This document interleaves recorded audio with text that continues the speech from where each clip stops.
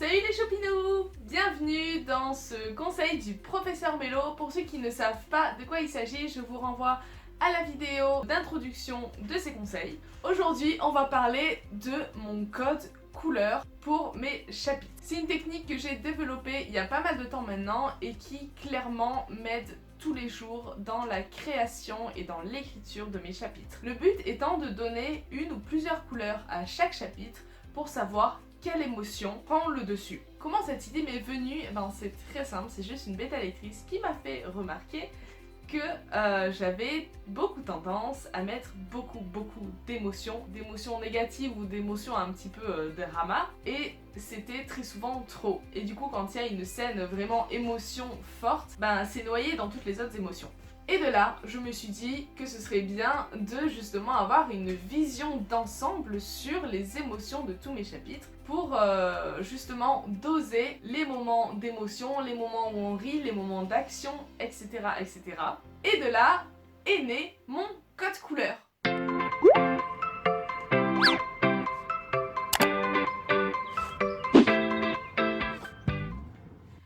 Je sais qu'il y en a qui utilisent par exemple un graphique pour voir les émotions de leur roman. Par exemple, éperdument, clairement ça commencerait un petit peu en haut, puis il y aurait une chute, puis on remonterait un petit peu, puis il y aurait une chute beaucoup plus basse, puis on remonterait encore un peu, puis on aurait une chute encore plus basse, et puis on remonterait, etc.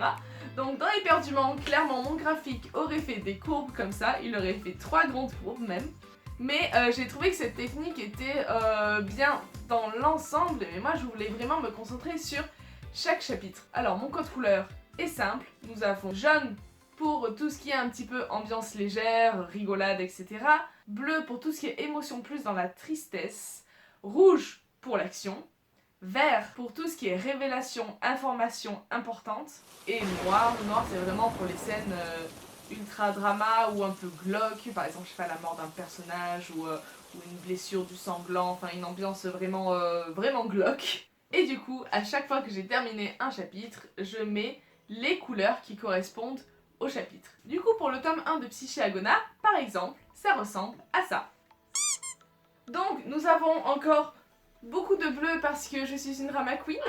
On a quelques noirs parce que je suis une drama queen. Mais vous remarquerez qu'il y a aussi pas mal de rouge et de jaune. Alors ça, le jaune, vraiment, c'est ma bête noire. Ceux qui ont lu éperdument, vous saurez que on doit avoir peut-être 2 cases jaunes dans tout le roman. Mais pour le coup, Psyché Agona, il y a quand même une ambiance un petit peu plus légère selon les scènes. Le vert, il y en a quasiment partout parce que je me suis rendu compte que effectivement dans chacun des chapitres, il y a plus ou moins une information importante. Alors c'est très beau tout ça, mais à quoi ça sert concrètement? Concrètement, ça veut dire que quand j'ai écrit par exemple ici 3 chapitres d'affilée où il y avait du bleu, je me suis dit bon Mélo, là maintenant c'est stop, il faut mettre du jaune. Du coup là on a pas mal de jaune également qui suit. Après je me suis rajouté des petits codes à moi-même comme les étoiles qui veut dire que c'est une scène vraiment importante dans le roman, etc. Et ça permet de voir en fait où est-ce qu'il y a des scènes drama et des scènes un petit peu plus légères pour passer de l'un à l'autre et pour que le lecteur ne s'ennuie pas au fil de sa lecture.